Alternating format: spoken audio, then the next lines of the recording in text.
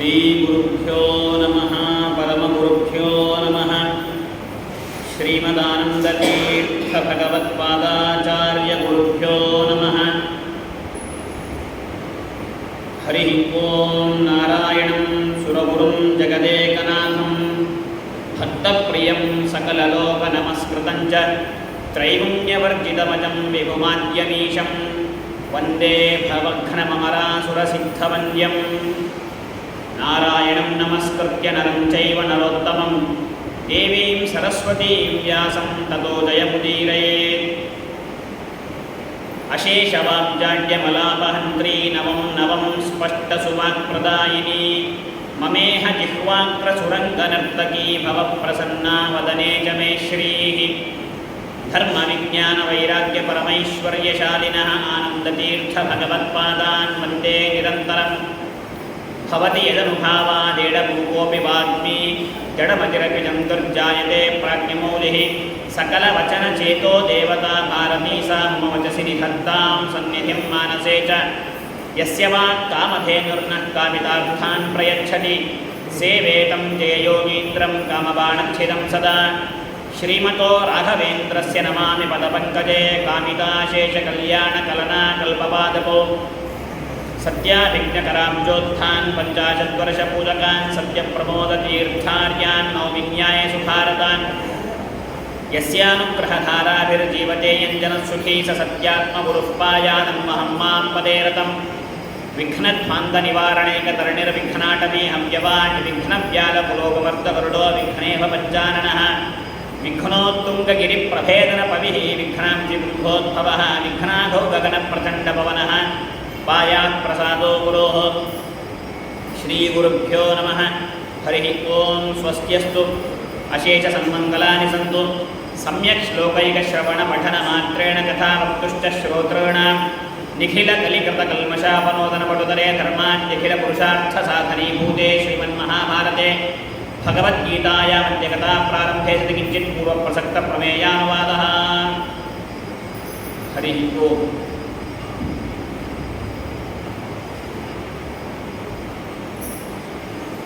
ಕುರುಕ್ಷೇತ್ರದ ಪ್ರಸಂಗದಲ್ಲಿ ಅರ್ಜುನ ತಾನು ಕೇಳಿದ ಪ್ರಶ್ನೆಗಳಿಗೆ ಕೃಷ್ಣ ಪರಮಾತ್ಮ ಉತ್ತರವನ್ನು ಕೊಡ್ತಾ ಇದ್ದಾನೆ. ಅಲ್ಲಲ್ಲಿ ಅರ್ಜುನ ಕೇಳಿದ ಪ್ರಶ್ನೆಗಳು, ಅಲ್ಲಲ್ಲಿ ಕೃಷ್ಣ ಪರಮಾತ್ಮ ಅರ್ಜುನನ ಹೃದಯವನ್ನು ಅರಿತು ತಾನೇ ಮಾಡಿಕೊಂಡು ಉತ್ತರ ಕೊಡುವಂತಹ ಪ್ರಸಂಗಗಳು. ಎರಡು ತರಹದ ಪ್ರಸಂಗಗಳನ್ನು ನಾವಿಲ್ಲಿ ನೋಡ್ತೇವೆ.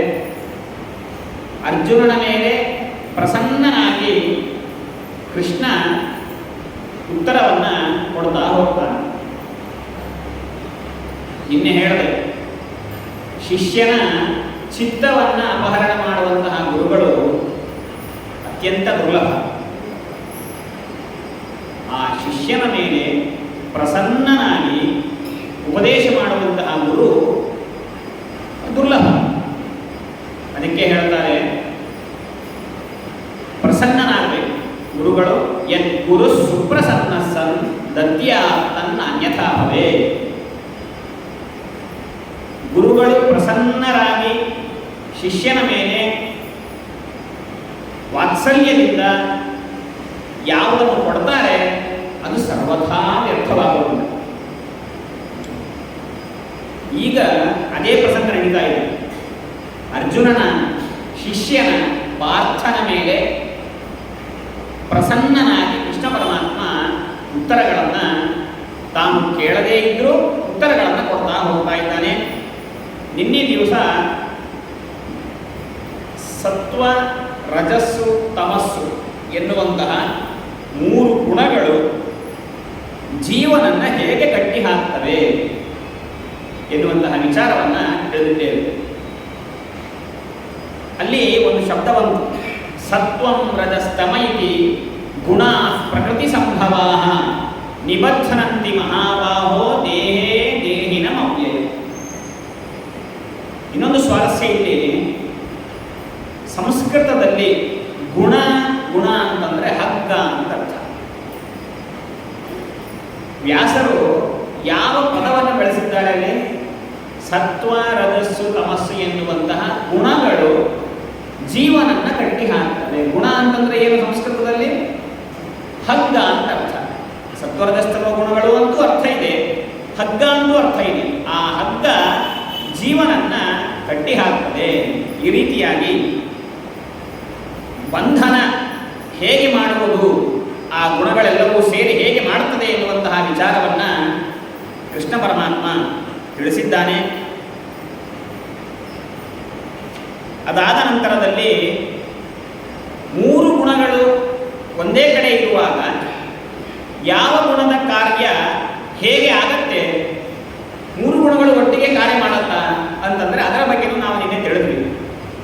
ಸತ್ವ ತನ್ನ ಕಾರ್ಯವನ್ನು ಮಾಡುವಾಗ ರಜೋಗುಣವನ್ನ ತಮೋಗುಣವನ್ನ ತುಳಿದು ತನ್ನ ಕಾರ್ಯವನ್ನು ತಾನು ಮಾಡುತ್ತೆ. ಉಳಿದೆರಡು ಗುಣಗಳು ಹಾಗೆ ತಮ್ಮ ತಮ್ಮ ಕಾರ್ಯಗಳನ್ನು ಮಾಡುವಾಗ ಉಳಿದೆರಡು ಗುಣಗಳನ್ನ ಸುಮ್ಮನೆ ಇರಿಸಿ ತಾವು ಕಾರ್ಯವನ್ನು ಮಾಡುತ್ತೆ. ಈ ರೀತಿಯಾಗಿ ನಿನ್ನೆಯ ದಿವಸ ನಾವು ತಿಳಿದ್ವಿ.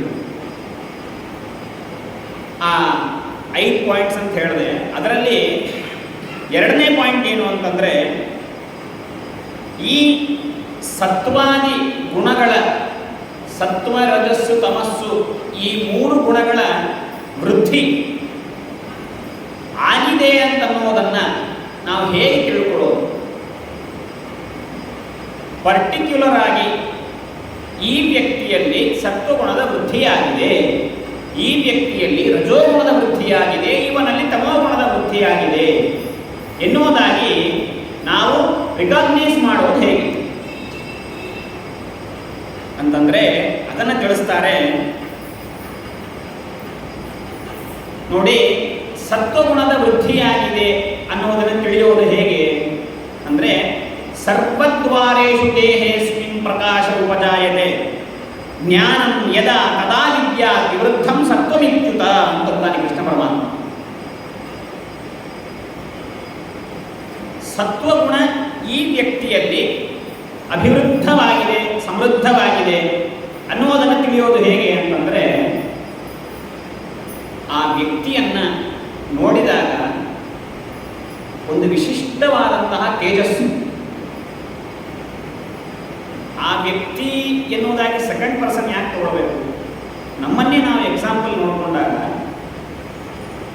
ಸತ್ವಗುಣ ನಮ್ಮಲ್ಲಿ ಪ್ರಚುರವಾಗಿ ಇದೆ ಅಂದಾಗ ಏನಾಗತ್ತೆ ನಮ್ಮ ದೇಹದಲ್ಲಿ ವಿಕಾರಗಳು, ಅದನ್ನು ಕೃಷ್ಣ ತಿಳಿಸ್ತಾನೆ. ಸರ್ವದ್ವಾರೇಷು ದೇಹೇಸ್ಮಿನ್ ಪ್ರಕಾಶ ಉಪಜಾಯತೆ. ದೇಹದ ಎಲ್ಲ ದ್ವಾರಗಳಲ್ಲಿ ಒಂದು ಪ್ರಕಾಶ ಬರುತ್ತೆ. ಏನೆಲ್ಲ ಕಡೆ ಎಲೆಕ್ಟ್ರಿಸಿಟಿ ಫಿಕ್ಸ್ ಮಾಡಿ ಅಲ್ಲಲ್ಲಿ ಒಂದು ಬಲ್ಬ್ ಏನಾದರೂ ಇಟ್ಟಿರ್ತಾನ ಪರಮಾತ್ಮ, ಆ ಎಲೆಕ್ಟ್ರಿಸಿಟಿ ಬಿಲ್ ಬೇರೆ ಮತ್ತೆ ನಾವೇ ಕಟ್ಕೊಳ್ಬೇಕಾ? ಆ ತರಹ ಅಲ್ಲ ಇದು. ಒಳಗಿನಿಂದೇ ಆಗುವಂತಹ ಪ್ರಕಾಶ ಅದು ಎಲ್ಲರ ಅನುಭವಕ್ಕೂ ಬರುತ್ತೆ, ಆದರೆ ಆ ಕಡೆ ಗಮನ ಇರಬೇಕು.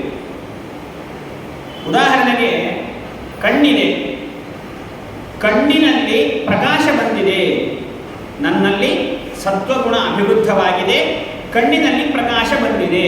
ಇದರ ಅರ್ಥ ನಾನು ನಿಷ್ಕಲ್ಮಶವಾದಂತಹ ಮನಸ್ಸಿನಿಂದ ನಿರ್ಮಲನಾಗಿ ಶಾಂತಚಿತ್ತನಾಗಿ ಪರಮಾತ್ಮನ ರೂಪವನ್ನು ನೋಡ್ತಾ ಇದ್ದೇನೆ ಅಂದಾಗ ಕಣ್ಣಿನಲ್ಲಿ ಪ್ರಕಾಶ ಬಂದಿದೆ ಅಂತ ಅರ್ಥ. ಇದು ಎಲ್ಲರ ಅನುಭವಕ್ಕೂ ಬಂದಿದೆಯೋ ಇಲ್ವೋ? ಹಾಗೆ ಕಿವಿಗಳಲ್ಲಿ ಪ್ರಕಾಶ ಬಂದಿದೆ ಅಂದ್ರೆ ಏನು? ಇಲ್ಲೊಂದು ಟ್ಯೂಬ್ಲೈಟ್ ಇದೆಯಾ? ಅಲ್ಲ.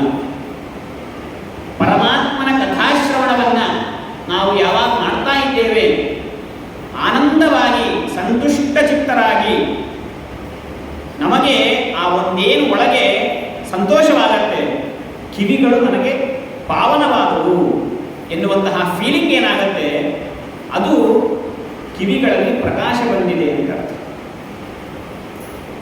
ನಾಲಿಗೆ ಪರಮಾತ್ಮನ ನೈವೇದ್ಯವನ್ನು ತಿಂದಾಗ ನಾಲಿಗೆ ಶುದ್ಧವಾಗತ್ತೆ, ಜಿಹ್ವೆ ಮುಖದಲ್ಲಿ ಪ್ರಕಾಶ ಬರುತ್ತೆ. ಘ್ರಾಣ ಮೂಗಿನಿಂದ ಪರಮಾತ್ಮನ ನಿರ್ಮಾಲ್ಯವನ್ನು ಆಘ್ರಾಣ ಮಾಡಿದಾಗ ನಾನು ಏನೋ ನನ್ನ ಜೀವನದಲ್ಲಿ ಇವತ್ತು ಒಂದು ಒಳ್ಳೆಯ ಕಾರ್ಯವನ್ನು ಮಾಡಿದ್ದೇನೆ, ನನ್ನ ಎಲ್ಲ ಇಂದ್ರಿಯಗಳನ್ನು ನಾನು ಸದುಪಯೋಗ ಮಾಡಿಕೊಂಡಿದ್ದೇನೆ ಜ್ಞಾನೇಂದ್ರಿಯಗಳು, ಪಂಚ ಕರ್ಮೇಂದ್ರಿಯಗಳನ್ನು ಈ ಕ್ಷಣ ನೋಡಿ, ಈ ಕ್ಷಣ ಅಂತ ಹೇಳ್ಬೋದು ನಾವೆಲ್ಲ ಮನುಷ್ಯರು. ಈ ತಾಸು ನಾನು ಸದುಪಯೋಗ ಮಾಡಿಕೊಂಡಿದ್ದೇನೆ ಅಂತ ಹೇಳಲಿಕ್ಕೆ ಯಾರಿಗಾದ್ರೂ ಧೈರ್ಯ ಇದೆಯಾ? ಇಡೀ ಒಂದು ತಾಸು ನಾನು ಸದುಪಯೋಗ ಮಾಡಿದ್ದೇನೆ ಇಂದ್ರಿಯಗಳನ್ನು ಎನ್ನುವಂತಹ ಹೇಳುವ ಧೈರ್ಯ ನಮಗಿಲ್ಲ. ಕೆಲವು ಕ್ಷಣಗಳು ಪರಮಾತ್ಮನ ಕಥೆಯ ಶ್ರವಣದಿಂದ, ದರ್ಶನದಿಂದ ನನ್ನ ಎಲ್ಲ ಇಂದ್ರಿಯಗಳನ್ನು ನಾನು ಸದುಪಯೋಗ ಮಾಡಿಕೊಂಡಿದ್ದೇನೆ ಎನ್ನುವಂತಹ ಫೀಲಿಂಗ್ ಏನಿದೆ ಅದನ್ನೇ ಕೃಷ್ಣ ಪರಮಾತ್ಮ ಹೇಳ್ತಾನೆ, ಸರ್ವದ್ವಾರೇಷು ದೇಹೇಸ್ಮಿನ್ ಪ್ರಕಾಶ ಉಪಜಾಯತೆ. ರಾಘವೇಂದ್ರ ಸ್ವಾಮಿಗಳು ಅದಕ್ಕೆ ವ್ಯಾಖ್ಯಾನ ಮಾಡುವಾಗ ಹೇಳ್ತಾರೆ, ಜ್ಞಾನಂ ಅಂತಂದರೆ ಶಬ್ದಾದಿ ಜ್ಞಾನಾತ್ಮಕ ಪ್ರಕಾಶ. ಏನೋ ಪ್ರಕಾಶ ಬಂದಿದೆ ಅಂದರೆ ಏನು?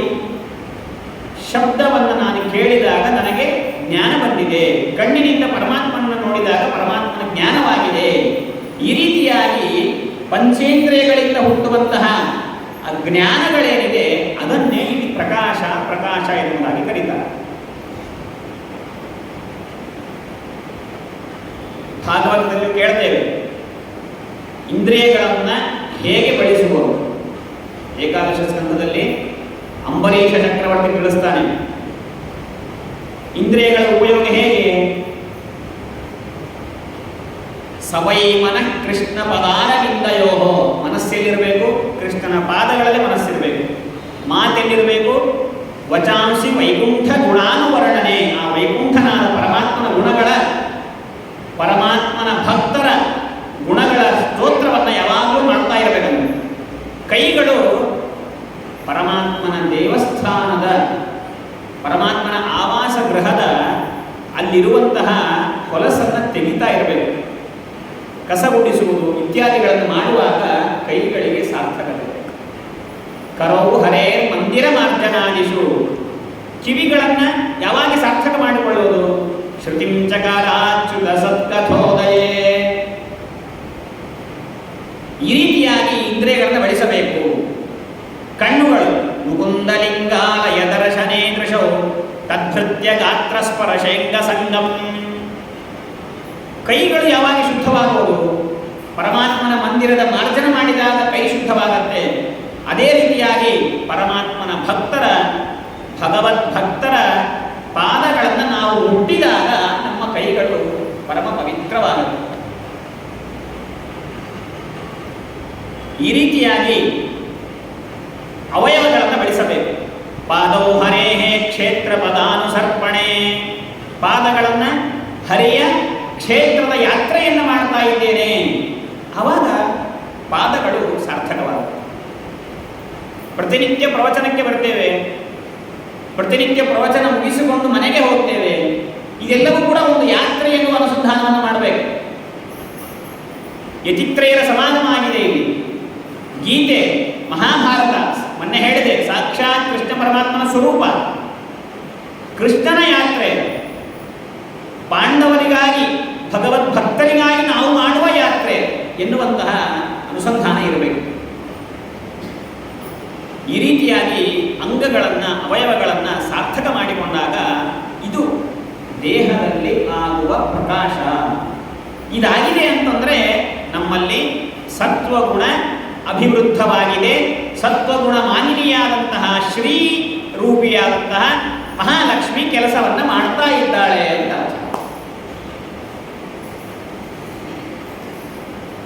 ಅದಾದ ಮೇಲೆ ರಜೋಗುಣ, ಇದೊಂದು ಸ್ವಲ್ಪ ನಮಗೆ ಹತ್ತಿರವಾದಂತಹ ಗುಣ. ಸತ್ವಗುಣವನ್ನು ಅದರ ಬಗ್ಗೆ ಹೇಳ್ತೀರಿ, ನಮಗೆ ಅಷ್ಟು ಕ್ಲಾರಿಟಿ ನಮಗೆ ಸಿಗಲ್ಲ.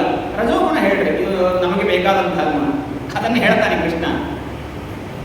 ಲೋಭ ಪ್ರವೃತ್ತಿರಾರಂಭ ಕರ್ಮಣಾಮಶಮಸ್ಪೃಹ ರಜಸ್ಯೇತಾನಿ ಜಾಯಂತೆ ವಿವೃದ್ಧೇ ಭರತರ್ಷಭ. ಮತ್ತೆ ಅದೇ ಗಮನ ಇರಬೇಕು ನಮಗೆ. ಹಿಂದಿನ ಶ್ಲೋಕದಲ್ಲಿ ಭಾರತ ಅಂತಾನೆ, ಇಲ್ಲಿ ಭಾರತ ಅಂತಂದ್ರೆ ಬೇರೆ, ಭರತನ ವಂಶದಲ್ಲಿ ಬಂದವನು ಅನ್ನೋದು ಒಂದು ಅರ್ಥ. ಭಾ ಅಂತಂದ್ರೆ ಬೆಳಕು. ಸೂರ್ಯನಿಗೆ ಭಾಸ್ವಾನ್ ಅಂತ ಕರೀತಾರೆ. ಕಿರಣಗಳು ಭಾ ಅಂತಂದ್ರೆ ತಸ್ಯ ಭಾಸ ಸರ್ವಮಿದಂ ವಿಭಾತಿ. ಭಾರತ ಅಂತಂದರೆ ಬೆಳಕಿನಲ್ಲಿ ರತನಾಗು. ಬೆಳಕು ಅಂತಂದರೆ ಜ್ಞಾನ. ಇಷ್ಟೊತ್ತು ಹೇಳಿದ ಹಾಗೆ ಸತ್ವಗುಣದಿಂದ ಉಂಟಾಗುವಂತಹ ಕಾರ್ಯ ಏನಿದೆ ಪ್ರಕಾಶ, ಆ ಪ್ರಕಾಶವನ್ನು ಪಡೆಯುವುದಕ್ಕಾಗಿ ನೀನು ಆಸಕ್ತನಾಗು. ಭಾರತ, ಪ್ರಕಾಶವನ್ನು ಪಡೆದುಕೊಳ್ಳುವಂತಹ ಅರ್ಜುನನೇ ಸತ್ವಗುಣದ ಕಾರ್ಯ ಇದು ಅಂತ ಹೇಳಲ್ಲ, ಸತ್ವಗುಣವನ್ನು ನಿರೂಪಣೆ ಮಾಡುವಾಗ. ಇನ್ನು ಮುಂದೆ ರಜೋಗುಣದ ನಿರೂಪಣೆ ಮಾಡ್ತಾನೆ. ಅದರ ಕಾರ್ಯಗಳೇನು? ಲೋಭ. ಅದಕ್ಕೆ ರಾಘವೇಂದ್ರ ಸ್ವಾಮಿಗಳ ಅರ್ಥ ಬರೆಯುವಾಗ ಧನಾದೇಹೆ ಅತ್ಯಾಗೇಚ್ಛ. ಧನ ಬಂದಿದೆ, ಹಣವನ್ನ ಇನ್ನೊಬ್ಬರಿಗೆ ಕೊಡುವುದಕ್ಕೆ ಮನಸ್ಸು ಬರುವುದಿಲ್ಲ, ಇದು ಲೋಭ. ಹಣ ಸಂಪಾದನೆ ಮಾಡಬೇಕು. ಜೀವನ ಅಂತಂದ್ರೆ ಸಿಂಪಲ್ ಆಗಿ ಹೇಳಬೇಕು ಅಂತಂದ್ರೆ ನಾಳೆಗೆ ತೆಗೆದಿಟ್ಟುಕೊಳ್ಳುವುದಕ್ಕಾಗಿ ಇವತ್ತು ನಾನೇನು ದುಡಿತೇನೆ ಅದೇ ಜೀವನ ಅಂತ. ಇಷ್ಟೇ.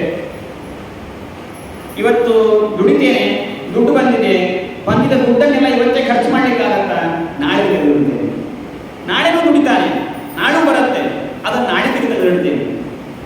ತೆಗೆದಿಟ್ಟು ತಾನು ಉಣ್ಣೋದಿಲ್ಲ.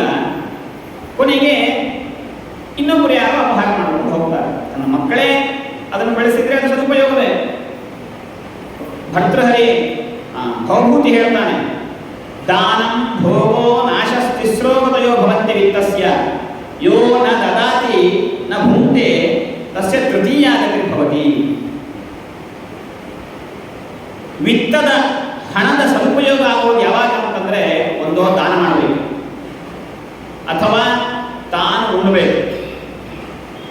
ಈ ಎರಡು ಮಾಡದೇ ಇದ್ದಾಗ ಮೂರನೆಯದು ನಾಶವಾಗಿಬಿಡುತ್ತೆ. ನೋಡ್ರಿ, ಈ ಶ್ಲೋಕದಲ್ಲೇ 3 ಗುಣಗಳ ಕಾರ್ಯ ಗೊತ್ತಾಗುತ್ತೆ. ಮೊದಲನೇದು ಯಾವುದು? ದಾನ. ಇದು ಸತ್ವಗುಣದ ಕಾರ್ಯ. ದಾನ ಮಾಡುವುದು ಸತ್ವಗುಣದ ಕಾರ್ಯ. ಭೋಗ, ತಾನೇ ಬಳಸಿಕೊಳ್ಳುವುದು, ನಾನು ಮಾತ್ರ ಭೋಗ ಮಾಡಬೇಕು, ನನ್ನ ದುಡ್ಡನ್ನು ನಾನೇ ಖರ್ಚು ಮಾಡಬೇಕು ಅನ್ನೋದೇನಿದೆ, ಇದು ರಜೋಗುಣದ ಕಾರ್ಯ.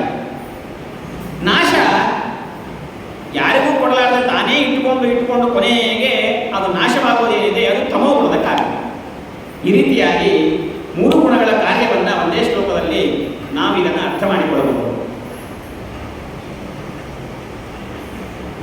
ಚೆನ್ನೈಯಂತಹ ಮಹಾನಗರ, ಟ್ರಿಪ್ಲಿಕೇನ್ನಲ್ಲಿ ಸೈಟ್ ತಗೊಳ್ಳಿಕ್ಕಾಗತ್ತಾ ಈಗ? ಸಾಧ್ಯವೇ ಇಲ್ಲ. ಕೃಷ್ಣಾರ್ಪಣ. ಟಿ ನಗರ, ಅಣ್ಣಾನಗರ ಸಾಧ್ಯವೇ ಇಲ್ಲ.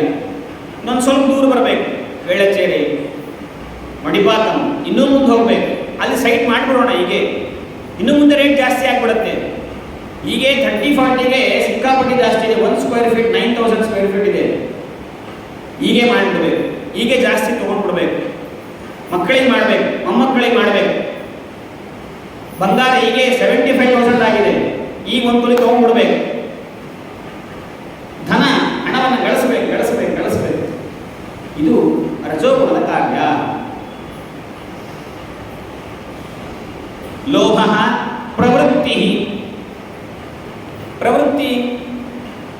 ಪೂಜೆ ಮಾಡುವುದರಲ್ಲಿ ಪ್ರವೃತ್ತಿ, ಉಪನ್ಯಾಸ ಕೇಳುವುದರಲ್ಲಿ ಪ್ರವೃತ್ತಿ. ಇದು ಒಳ್ಳೆಯದೇ ಅಲ್ವಾ? ರಜೋಗುಣದ ಕಾರ್ಯ ಏಕೆ ಅಂತಂದ್ರೆ ಅದಕ್ಕೆ ರಾಘವೇಂದ್ರ ಸ್ವಾಮಿಗಳು ಹೇಳ್ತಾರೆ, ಪ್ರವೃತ್ತಿ ಅಂತಂದ್ರೆ ಸತ್ಕರ್ಮಗಳಲ್ಲಿ ಪ್ರವೃತ್ತಿ ಅಲ್ಲ, ವ್ಯರ್ಥವಾದ ಉದ್ಯೋಗ. ಹಾಡು ಹರಟೆಯನ್ನು ಹೊಡೆಯೋದು. ಸಂಜೆ ಆಯಿತು ಅಂತಂದರೆ ಎಲ್ಲರೂ ಸೇರೋದು, ಅದು ಯಾವುದೋ ಸೀರಿಯಲ್ಗಳ ಬಗ್ಗೆ ಮಾತಾಡ್ಕೊಳ್ಳೋದು, ನ್ಯೂಸ್ ಪೇಪರ್ ಅದರ ಬಗ್ಗೆ ಮಾತಾಡ್ಕೊಳ್ಳೋದು, ಈ ತರಹದ ವ್ಯರ್ಥವಾದ ಪ್ರಯತ್ನಗಳನ್ನು ನಾವೇನು ಮಾಡ್ತೇವೆ, ಇದು ರಜೋಗುಣದ ಕಾರ್ಯ. ನಾವು ನಮ್ಮ ಮಕ್ಕಳು, ನಮ್ಮ ಮೊಮ್ಮಕ್ಕಳು, ಅವರು ಎಲ್ಲ ಉರುಳಿದರು, ಸೀರಿಯಲ್ಗಳು ಉರುಳಲ್ಲ, ಮತ್ತು ಬರ್ತಾನೆ ಇರುತ್ತವು.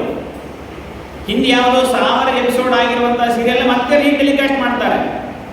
ನಿಜವಾಗ್ಲೂ ಎಷ್ಟು ಪೇಷನ್ಸ್ ನೋಡುವವರಿಗೆ. ಇದೆಲ್ಲ ವ್ಯರ್ಥವಾದ ಉದ್ಯೋಗ. ಇದೆಲ್ಲವೂ ಕೂಡ ರಜೋಗುಣದ ಕಾರ್ಯ. ಅದಾದ ಮೇಲೆ ಆರಂಭ ಕರ್ಮಣ. ರಜೋಗುಣ ಇದ್ದಾಗ ಏನಾಗುತ್ತೆ?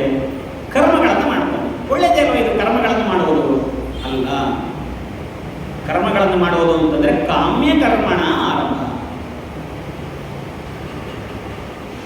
ಕರ್ಮವನ್ನು ಮಾಡ್ತೇನೆ, ಯಾವಾಗಲೂ ಸಕಾಮ ಕರ್ಮವನ್ನು ಮಾಡ್ತೇನೆ. ಇದೆಲ್ಲ ನಮ್ಮದೇ, ನಮ್ಮ ಕೆಟಗರಿಯಲ್ಲಿ ಸೇರಿದೆ. ರಜೋಗುಣದ ಕಾರ್ಯ. ಇವತ್ತು ಹುಣ್ಣಿಮೆ ಬಂತು ಅಂತ ಸತ್ಯನಾರಾಯಣ ಪೂಜೆಯನ್ನು ಮಾಡುತ್ತೇವೆ, ಸಕಾಮವಾಗಿ ಮಾಡ್ತೇವೆ. ಇದು ಒಂದು ಉದಾಹರಣೆ ಅಷ್ಟೇ. ಅನೇಕ ಕರ್ಮಗಳನ್ನು ನಾವು ಸಕಾಮವಾಗಿ ಮಾಡ್ತೇವೆ. ಜ್ಯೋತಿಷ್ಠೋಮೇನ ಸ್ವರ್ಗಕಾಮವೇತ, ಸ್ವರ್ಗ ಬೇಕು ಅಂತಂದರೆ ಜ್ಯೋತಿಷ್ಠೋಮ ಯಾಗವನ್ನು ಮಾಡಬೇಕು. ಎಲ್ಲೋ ಕೇಳಿದೆ ಪುರಾಣಗಳಲ್ಲಿ. ಶುರು ನಾಳೆ ಪುರೋಹಿತರಿಗೆ ಕರೆಸೋದು, ದೊಡ್ಡ ಹೋಮಕುಂಡಗಳನ್ನು ರೆಡಿ ಮಾಡೋದು, ಜ್ಯೋತಿಷ್ಠೋಮ ಯಾಗವನ್ನು ಮಾಡೋದು. ಮಾಡಿದ್ರೆ ಏನಾಗುತ್ತೆ? ಅದನ್ನೇ ಕೃಷ್ಣ ಪರಮಾತ್ಮ 9ನೇ ಅಧ್ಯಾಯದಲ್ಲಿ ಹೇಳಿದ್ದಾನೆ. ತ್ರೈವಿದ್ಯಾಮಾಂ ಸೋಮಪಾಪ ಭೂತಪಾಪ ಯಜ್ಞೇರಿಷ್ಟ್ವಾ ಸ್ವರ್ಗತಿಂ ಪ್ರಾರ್ಥಯಂತೆ ತೇ ಪುಣ್ಯಮಾಸಾದ್ಯ ಸುರೇಂದ್ರಲೋಕಂ ಅಶ್ನಂತಿ ದಿವ್ಯಾನ್ ದಿವಿ ದೇವ ಭೋಗಾನ್ ತೇತಂ ಭುಕ್ತ್ವಾ ಸ್ವರ್ಗಲೋಕಂ ವಿಶಾಲಂ ಕ್ಷೀಣೇ ಪುಣ್ಯೇ ಮರ್ತ್ಯಲೋಕಂ ವಿಶಾಲಂ. ಪಡಿತಾರೆ, ಸ್ವರ್ಗ ಆಗತ್ತೆ. ಸ್ವರ್ಗದಲ್ಲಿ ಅನೇಕ ವರ್ಷಗಳವರೆಗೆ ಸುಖವನ್ನು ಅನುಭವಿಸ್ತಾರೆ. ಆದರೆ ಆ ಸುಖವನ್ನು ಅನುಭವಿಸುವಾಗ ಅವರ ಮನಸ್ಸಿನಲ್ಲಿ ಏನಿರುತ್ತೆ? ನನ್ನ ಪುಣ್ಯ ಮುಗಿತಾ ಬಂದು ನಾನು ಮತ್ತೆ ಭೂಮಿಗೆ ಹೋಗ್ತೇನೆ ಎನ್ನುವಂತಹ ದುಃಖದ ಜೊತೆಗೆ ಸುಖ ಇರುತ್ತೆ. ಶುದ್ಧವಾದ ಸುಖ ಸಿಗೋದಿಲ್ಲಿ ಕೇವಲ ಸತ್ವಗುಣ ಪ್ರಚುರವಾದಾಗ ಮಾತ್ರ. ದುಃಖ ಮಿಶ್ರಿತವಾದಂತಹ ಸುಖ, ನನ್ನ ವಯಸ್ಸು, ನನ್ನ ವ್ಯವಧಿ ಮುಗಿತು, ನಾನು ಭೂಮಿಗೆ ಹೋಗಬೇಕು ಎನ್ನುವಂತಹ ಒಂದು ತವಕ, ಆ ಒಂದು ಆತಂಕ ಏನಿದೆ, ಈ ದುಃಖ ಮಿಶ್ರಿತವಾದಂತಹ ಸುಖ, ಇದು ರಜೋಗುಣದ ಕಾರ್ಯ. ಅಶಮಃ ಚಿತ್ತಸ್ಯ ಅನುಪರತಿ, ಮನಸ್ಸಿಗೆ ಸಮಾಧಾನ ಇರೋದಿಲ್ಲ. ಎಷ್ಟು ದುಡಿದರೂ, ಎಷ್ಟೇ ಹಣ ಗಳಿಸಿದರೂ ಏನೋ ಒಂದು ಮನಸ್ಸಿನಲ್ಲಿ ಆತಂಕ, ಏನೋ ಉದ್ವೇಗ, ನೆಮ್ಮದಿ ಇರೋದಿಲ್ಲ. ಅದಕ್ಕಿಂತ ಇಲ್ಲೆಲ್ಲೋ ಪ್ಲಾಟ್ಫಾರ್ಮ್ ಮೇಲೆ ಮಲ್ಕೊಳ್ಳೋರು ಎಷ್ಟು ಆರಾಮಾಗಿರ್ತಾರೆ. ಯಾಕೆ ಅಂತಂದ್ರೆ ಅವ್ರ ಹತ್ರ ಹಣ ಇಲ್ಲ. ಯಾರ ಹತ್ರ ದುಡ್ಡಿದೆ ಅವರ ಹತ್ರ ಹೆದರಿಕೆ, ನೆಮ್ಮದಿ ಇರೋದಿಲ್ಲ. ಹಾಗಂಥೇಳಿ ಹಣ ಗಳಿಸಬಾರದು ಅಂತಲ್ಲ. ಧನಂ ಹಿ ಧರ್ಮೈಕ ಫಲಮ್ಯತೋಸ್ಯ, ಭಾಗವತ ಹೇಳುತ್ತೆ. ಧನ ಇದು ಧರ್ಮೈಕ ಫಲ ಆಗಬೇಕು, ಧರ್ಮಕ್ಕೆ ವಿನಿಯೋಗ ಮಾಡಬೇಕು. ಆವಾಗ ಮನಸ್ಸಿಗೆ ಒಂದು ಸ್ವಲ್ಪ ನೆಮ್ಮದಿ. ನಾನು ಇವತ್ತು ಬಂದ ನನಗೆ 10 ರೂಪಾಯಿಯಲ್ಲಿ 5 ರೂಪಾಯಿಯನ್ನ ಇನ್ನೊಬ್ಬ ಬಡ ಬ್ರಾಹ್ಮಣನಿಗೆ ಕೊಟ್ಟಿದ್ದೇನೆ, 5 ರೂಪಾಯಿನ ನಾ ಇಟ್ಟುಕೊಂಡಿದ್ದೇನೆ, ಒಂದೇನೋ ನೆಮ್ಮದಿ. ಗಳಿಸುವುದರಲ್ಲಿ ಸುಖ, ಆದರೆ ಗಳಿಸಿದ್ದನ್ನು ಕೊಟ್ಟಿದ್ದರಲ್ಲಿ ಇನ್ನೂ ಸುಖ. ಈ ಸುಖವನ್ನು ಬಯಸಬೇಕು. ಇದು ರಜೋಗುಣ ಇದ್ದಾಗ ಬರಲ್ಲ. ಅದಾದ ಮೇಲೆ ಸ್ಪೃಹ, ಇದು ನಮ್ಮದೇ, ಒಟ್ಟಾರೆ ಇವೆಲ್ಲವೂ ನಮ್ಮವೇ. ಸ್ಪೃಹ ಅಂತಂದ್ರೆ ಅಪ್ರಾಪ್ತೇ ಅಭಿಲಾಷ. ಈ ವಸ್ತು ನನಗೆ ಬೇಕು, ಇದು ನನಗೆ ಸಿಗುವುದಿಲ್ಲ, ನನಗೆ ಈ ವಸ್ತು ಭೋಗ ಮಾಡುವುದಕ್ಕೆ ಯೋಗ್ಯತೆ ಇಲ್ಲ ಅಂತ ಗೊತ್ತಿದ್ದರೂ ಕೂಡ ಆ ವಸ್ತು ನನಗೆ ಬೇಕು. ವಯಸ್ಸಾಗಿರುತ್ತೆ, ಆದರೂ ಆ 2 ಇಂಚು ನಾಲಿಗೆ ಏನಿದೆ, ರಸವರ್ಜಂ ರಸೋಪ್ಯಸ್ಯ ಪರಂ ದೃಷ್ಟ್ವಾ ನಿವರ್ತತೆ ಅಂತಂದಾನೆ ಕೃಷ್ಣ ಪರಮಾತ್ಮ. ಆ ನಾಲಿಗೆಯ ಚಾಪಲ್ಯಕ್ಕೆ ಒಳಗಾಗಿ ತಿಂತೇವೆ, ಹಾಕಿಸ್ಕೊಳ್ತೇವೆ, ಹಲ್ಲು ಹೋಗಿರುತ್ತೆ.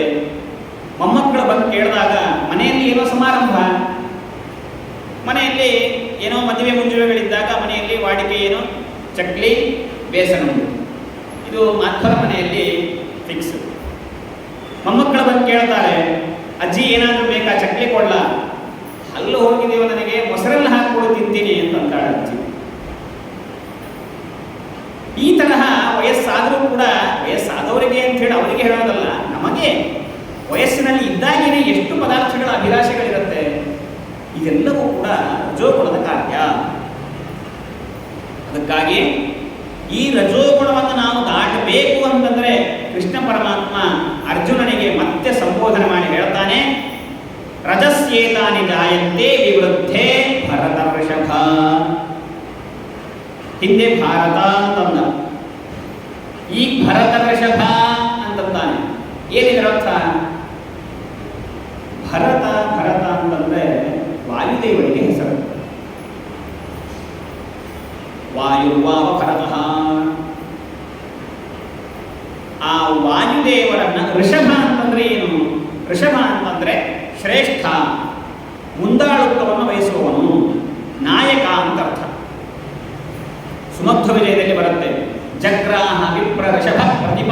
ಅಂಸಃ. ಆ ವೇದವತಿ ದೇವಿ ಯಾರನ್ನು ಮದುವೆಯಾದಳು? ಮಧ್ಯಗೇಹ ಭಟ್ಟರನ್ನು ಮದುವೆಯಾದಳು ಎನ್ನುವಂತಹ ಪ್ರಸಂಗದಲ್ಲಿ ಜಗ್ರಾಹ ವಿಪ್ರಋಷಭ ಪ್ರತಿಪಾದಿತ. ವಿಪ್ರಋಷಭ ಅಂತಂದರೆ ವಿಪ್ರರಲ್ಲಿ ಅಗ್ರಗಣ್ಯರಾದವರು ಮಧ್ಯಗೇಹ ಭಟ್ಟರು. ಸರಿಯಾದ ಪ್ರಸಂಗ.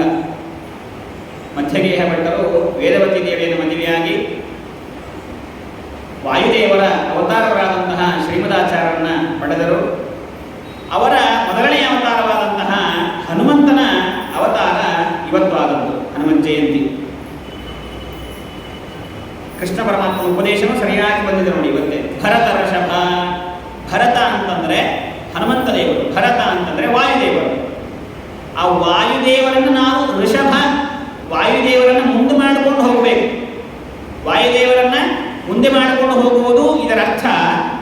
ವಾಯುದೇವರು ಹೇಳಿದ ಶಾಸ್ತ್ರಗಳನ್ನು, ವಾಯುದೇವರು ಮಧ್ವಾಚಾರ್ಯರು ಉಪದೇಶ ಮಾಡಿದಂತಹ ಶಾಸ್ತ್ರಗಳನ್ನು, ಅಲ್ಲಿರುವಂತಹ ಪ್ರಮೇಯಗಳನ್ನು ತಿಳಿದುಕೊಂಡು ನಾವು ನಮ್ಮ ಜೀವನದಲ್ಲಿ ನಡೆದರೆ, ನಾವು ಭರತ ಋಷಭರಾದರೆ ಈ ರಜೋಗುಣದ ಬಾಧೆ ನಮಗೆ ಇರುವುದಿಲ್ಲ. ಅರ್ಜುನ ಭರತ ಋಷಭನಾಗು, ಹೀಗೆ ಉಪದೇಶ ಮಾಡ್ತಾನೆ ಕೃಷ್ಣ ಪರಮಾತ್ಮ. ನಿತ್ಯದಲ್ಲಿಯೂ ಪ್ರಾರ್ಥನೆ ಮಾಡಬೇಕು. ಮಾತರ್ಮೇ ಮಾತರೇಶ್ವನ್ ಪಿತರ ಕುಲಗುರೋ ಭ್ರಾತಃ ಇಷ್ಟ ಆಪ್ತಬಂಧೋ ಸ್ವಾಮಿನ್ ಸರ್ವಾಂತರಾತ್ಮನ್ ಅಜರಜರೈತಃ ಜನ್ಮ ಮೃತ್ಯಾಮಯಾನ ಗೋವಿಂದೇ ದೇಹಿ ಭಕ್ತಿಂ ಭವತಿ ಚ ಭಗವನ್ ಊರ್ಜಿತಾಂ ನಿರ್ನಿಮಿತ್ತಾಂ ನಿರ್ವ್ಯಾಜಾಂ ಇಷ್ಟಲಾಂ ಸದ್ಗುಣಗಣ ಬೃಹತೀಂ ಶಾಶ್ವತೀಂ ಆಶುದೇವ. ತತ್ಕ್ಷಣ ನನಗೆ ಭಕ್ತಿ ಕೊಡು. ಮುಂದಿನ ಕ್ಷಣದಲ್ಲಿ ನಾನು ಹೇಗಿರ್ತೇನೋ ನನಗೆ ಗೊತ್ತಿಲ್ಲ, ಅದು ನಿನಗೆ ಗೊತ್ತು. ಈ ಕ್ಷಣದಲ್ಲಿ ಮನಸ್ಸು ಬಂದಿದೆ, ಈ ಕ್ಷಣದಲ್ಲಿ ಭಕ್ತಿ ಕೊಟ್ಬಿಡು. ನೀನೇ ತಂದೆ, ನೀನೇ ತಾಯಿ. ಮಾತಃ ಮಾತರೇಶ್ವಂ ಪಿತಃ ಅತುಲ ಗುರು, ಎಲ್ಲವೂ ನೀನೇ. ಹನುಮನಮ್ಮ ತಾಯಿ ತಂದೆ, ಭೀಮನಮ್ಮ ಬಂಧು ಬಳಗ, ಆನಂದ ತೀರ್ಥರೆ ನಮ್ಮ ಗತಿ ಗೋತ್ರರಯ್ಯ. ಅಂತಹ ತಂದೆಯಾದ, ತಾಯಿಯಾದ, ಅಣ್ಣನಾದ, ಎಲ್ಲವೂ ಆದಂತಹ ಮುಖ್ಯ ಪ್ರಾಣದೇವರಿಗೆ, ಹನುಮಂತ ದೇವರಿಗೆ ಪ್ರತಿನಿತ್ಯವೂ ಪ್ರಾರ್ಥನೆ ಮಾಡಿಕೊಳ್ಳಬೇಕು. ಪರಮಾತ್ಮನಲ್ಲಿ ಹಾಗೂ ನಿಮ್ಮಲ್ಲಿ ವಿಶೇಷವಾದಂತಹ ಭಕ್ತಿಯನ್ನು ಕೊಡಬೇಕು. ಹೀಗೆ ನಾವು ಪ್ರಾರ್ಥನೆಯನ್ನು ಸಲ್ಲಿಸಿದಾಗ ರಜೋಗುಣದಿಂದ ಆ ವಾಯುದೇವರು ಎತ್ತಿ ಸತ್ವಗುಣಕ್ಕೆ ಹಾಕ್ತಾರೆ.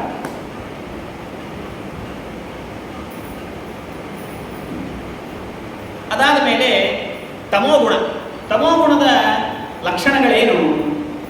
ತಮೋ ಅಭಿಮಾನಿನಿಯಾದಂತಹ ದುರ್ಗಾದೇವಿ ಏನನ್ನು ಮಾಡ್ತಾಳೆ ಅಂತಂದರೆ, ಸತ್ವಗುಣಕ್ಕೆ ಏನು ಹೇಳಿದೆ ಕ್ವೈಟ್ ಅಪೋಸಿಟ್ ತಮೋಗುಣಕ್ಕೆ. ಸತ್ವಗುಣ ಜಾಗೃತವಾದಾಗ ಪ್ರಕಾಶ ಬರುತ್ತೆ, ತಮೋಗುಣ ಜಾಗೃತವಾದಾಗ ಮೊದಲನೆಯದೇ ಅಪ್ರಕಾಶ. ಪೂರ್ಣ ಕತ್ತಲು, ಇಡೀ ಜೀವನ ಕತ್ತಲು, ಇಡೀ ಜೀವನ ಗೊಂದಲಮಯ, ಪೂರ್ತಿ ಅಂಧಕಾರ. ಕತ್ತಲು ಕೋಣೆಯಲ್ಲೇ ಮಲ್ಕೊಂಡಿರ್ತೇನೆ. ಯಾಕೋ ಇಷ್ಟು ಕತ್ತಲು ಕೋಣೆಯೊಳಗೆ ಮಲ್ಕೊಂಡಿದೀಯಾ? ಲೈಟ್ ಹಚ್ಕೋಬಾರ್ದ? ಅಯ್ಯೋ ಲೈಟ್ ಸ್ವಿಚ್ ಅಲ್ಲೆಲ್ಲೋ ಇದೆ ಅಂತ ಹೇಳ್ಬೇಕಾ? ಅಪ್ರವೃತ್ತಿ, ಪ್ರವೃತ್ತನೆ ಆಗೋದಿಲ್ಲ ಮನುಷ್ಯ. ಕತ್ತಲಿನ ರೂಮ್ನಲ್ಲಿ ಮಲ್ಕೊಂಡಾಗ ಅಲ್ಲಿ ಇರುವಂತಹ ಲೈಟ್ ಸ್ವಿಚ್ ಅನ್ನು ಆನ್ ಮಾಡಲಿಕ್ಕೆ ಯಾವ ರೀತಿಯಾಗಿ ಆಲಸ್ಯವನ್ನು ತೋರಿಸ್ತಾನೆ, ಅಂಧಕಾರದ, ಅಜ್ಞಾನದ ಅಂಧಕಾರದಲ್ಲಿರುವಂತಹ ಮನುಷ್ಯ ಪರಮಾತ್ಮನ ಆರಾಧನೆ, ಪಾಠ ಪ್ರವಚನಗಳನ್ನು ಕೇಳುವುದಕ್ಕೆ ಅಷ್ಟೇ ಆಲಸ್ಯವನ್ನು ತೋರಿಸ್ತಾನೆ. ಒಳಗೆ ಇದೆ ಪ್ರಕಾಶ. ಎಲ್ಲ ಕಡೆ ಪರಮಾತ್ಮ ಅಧ್ಯಾತ್ಮದ ಬಲ್ಬ್ಗಳನ್ನು ಅಲ್ಲಲ್ಲಿ ಇಟ್ಟಿದ್ದಾನೆ. ಆದರೆ ಸ್ವಿಚ್ಗಳು ಇದೆ, ಕನೆಕ್ಷನ್ ಕೊಟ್ಟಿದೆ, ಕರೆಂಟ್ ಬಿಲ್ ತಾನೇ ಕಟ್ಕೊಳ್ತಾನೆ, ನಮ್ಮ ಮೇಲೆ ಜವಾಬ್ದಾರಿ ಇಲ್ಲ. ಸ್ವಿಚ್ ಅನ್ನು ಆನ್ ಮಾಡಬೇಕು, ಆ ಸ್ವಿಚ್ ಎಲ್ಲಿದೆ ಗೊತ್ತಿಲ್ಲ. ಈ ಅವಸ್ಥೆಯಲ್ಲಿ ನಾವಿದ್ದೇವೆ. ಅಪ್ರಕಾಶ, ಅಪ್ರವೃತ್ತಿ, ಯಾವುದಕ್ಕೂ ಪ್ರವೃತ್ತರಾಗೋದಿಲ್ಲ, ಯಾವುದಕ್ಕೂ ಪ್ರವೃತ್ತಿ ಇಲ್ಲ.